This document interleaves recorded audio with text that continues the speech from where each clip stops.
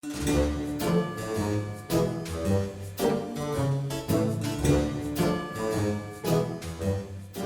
guys, welcome back to another tutorial. Today we're going to be turning a piece of insulation foam into an aged wooden board using a small handheld rasp and a stiff wire brush. The first thing we need to do is give the foam a bit of personality with the rasp. Be sure to scuff up the edges and leave signs of wear across the entire surface to replicate aged wood. Don't be afraid to go a little crazy with this step. Once you have the distressing looking the way you want it, take the wire brush and drag it lengthwise across the surface of your board.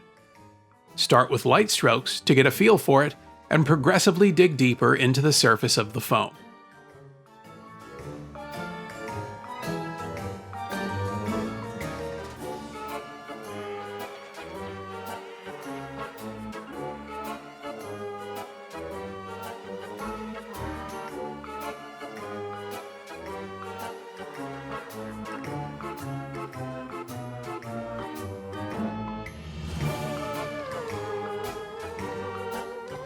You can also change from wide strokes to narrow ones to give the look of knots.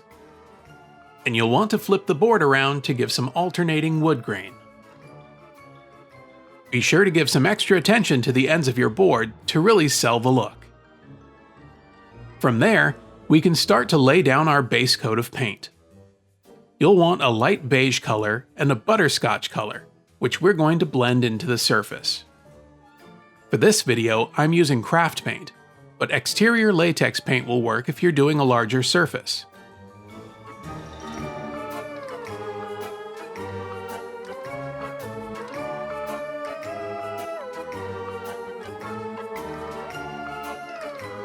Make sure to alternate paint colors and really get the paint down into the recesses you've created with the wire brush and rasp.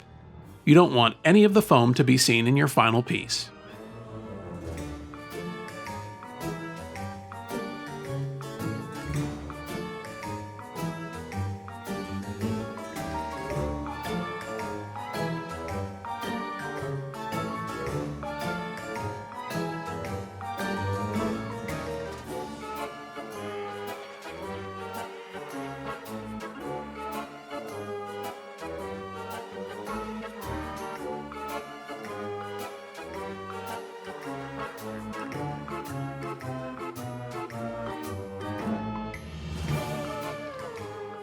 Once you're happy with the color blending, allow the piece to dry. Next, we're on to our glaze. I'm using a dark brown and light gray craft paint and mixing them in a 1:1 ratio to our faux finishing glaze.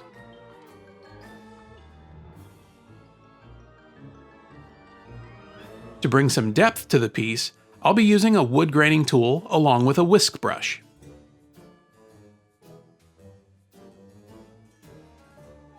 Apply a coat of the brown glaze mix to the surface of the board, being sure to get good overall coverage.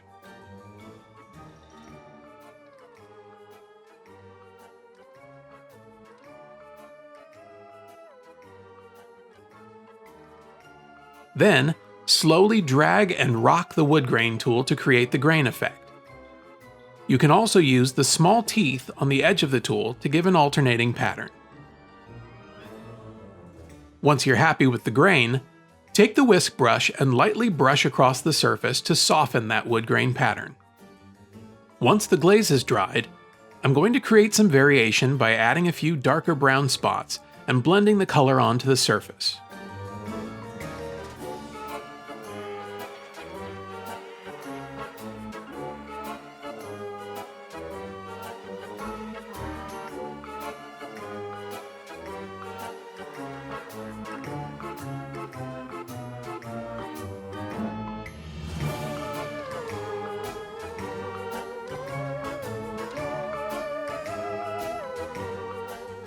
You can offload any of the excess paint from your brush to help get a better blend of your colors.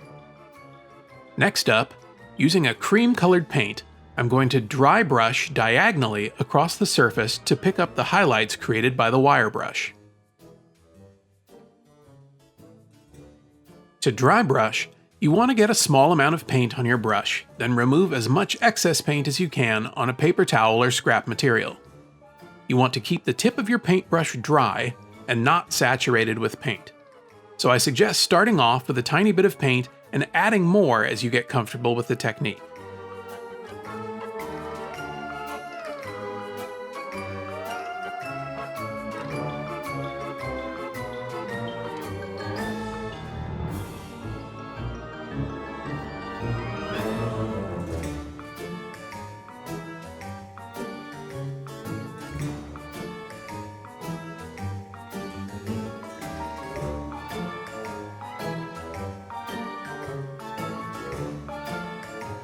If you feel like you've gone too heavy in spots, grab the brush used for the brown glaze and smudge a small amount to soften the dry brushing before switching back to your dry brush for a second pass.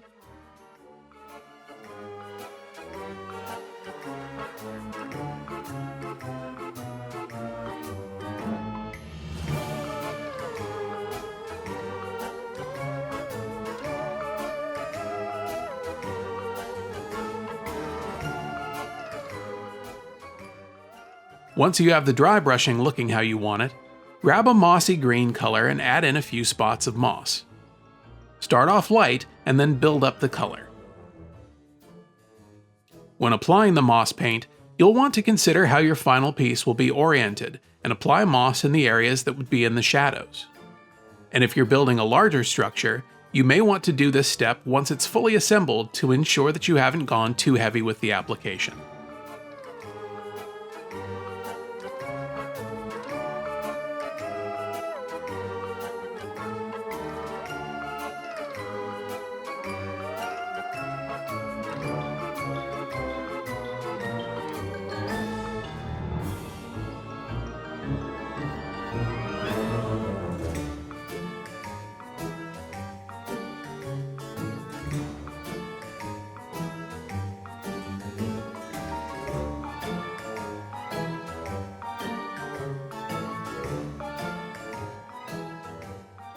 If you need to soften the moss color, switch back to your glaze and pounce a bit of the brown glaze over the moss to break it up a bit more.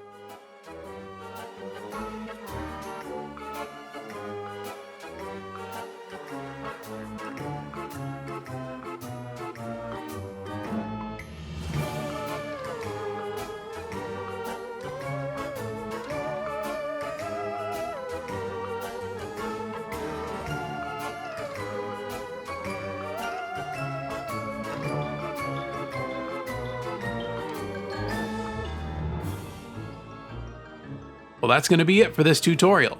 Thanks for watching, and be sure to subscribe to the channel, like the video, and hit the notification bell to be alerted to the next time I put out a video. Until next time, happy haunting!